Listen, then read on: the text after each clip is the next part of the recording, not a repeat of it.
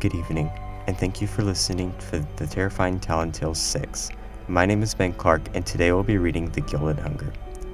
Mara Kettering loved her kitchen more than much she loved people. The countertops gleamed like polished bone. The copper pots shone so brightly she could see her reflection in them, and the smell of cinnamon and butter clung to every corner like perfume. She called it her domain. But lately, the perfection had started to crumble. The mortgage was overdue, her husband's job at the bank was unstable, and the new couple across the street had just installed granite counters. Real ones, not laminate. Mara smiled at them from her window each morning, her teeth tight behind her lips. She'd never say it out loud, but jealousy gnawed at her like bones in a hadn't lot. She wanted more. One chilly October afternoon, while browsing the last stalls at her farmer's market, she noticed the black tent tucked behind the pumpkin stand. It didn't seem to belong. Too fine, too still, and though the air around it had forgotten to move.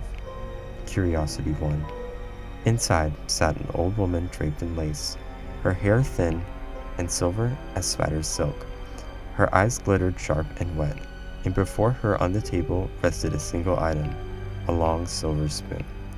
It handled carved into a serpent eating its tail. Mara tried to sound amused. "You're not selling soup, I take it." The woman smiled. "I sell satisfaction." The spoon caught the light oddly, flickering with a reddish sheen. "What does it do?" Mira asked, half laughing. "It grants abundance to those who hunger," the old woman said softly, "but it must be fed in turn." Mara raised a brow. "Fed?" The woman leaned closer. "Every treasure demands its price. You feed it what you love most." Mara thought about her sagging curtains, her aging face, and her empty checking account. "And it will make me rich." The woman's smile deepened. "It'll make you satisfied." She brought the spoon for $20 and curious chill that followed her all the way home. That night she made stew, her favorite. Carrot, potato, beef, and a splash of wine. She used the new spoon to stir, watching how it left rippling trails of gold through the broth. When she tasted it, the flavor burst on her tongue, sweet, warm, intoxicating. She could feel it spreading down her throat, pulsing through her chest like heat.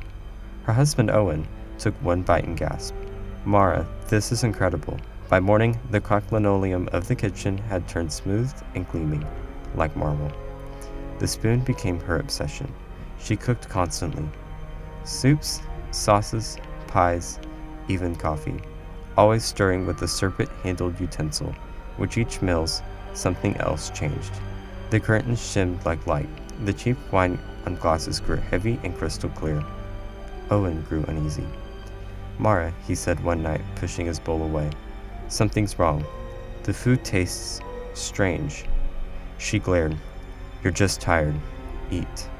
He refused. He said it made his teeth ache, and that the smell stuck to his skin. Mara's hand shook with anger, and with hunger. It had been hours since she'd eaten, and the air itself seemed to whisper more. That night, while Owen slept, she creeped into the kitchen.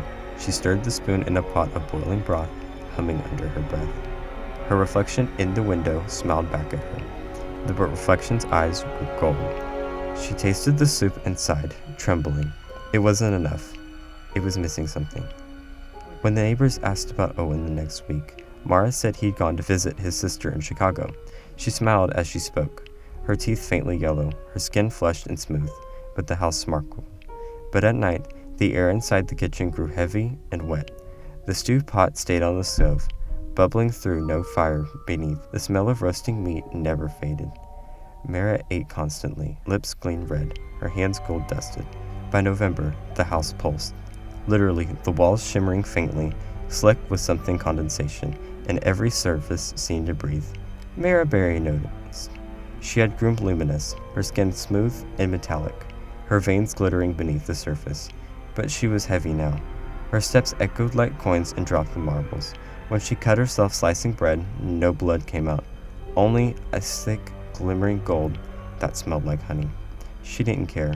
She felt beautiful, but the spoon wanted more. One night, the smell of burning woke the neighbors. When the police arrived, the windows were steamed opaque, the air inside thick and sweet. They found Mara sitting upright on her table, her eyes fixed forward, her lips frozen mid-smile. Her skin had hardened to a shining shell of gold, crack open in places where molten metal had cooled over dark, seared flesh beneath. The pot on the stove was still boiling. Inside, the serpent-handed spoon was clutched in her hand, fused to her palm. When the officers tried to pry it free, the mouth of the serpent moved, twisting toward him. "Feed me." The officer dropped it, but the next day, the spoon was gone. Weeks later, at the winter market, a new vendor appeared. An old woman with gray hair and velvet crop draped over the table, and resting upon it, polished to a mirror shine, was a silver spoon carved into a coiled serpent. Its tag read, "To those who hunger more, property of M. Ketherin."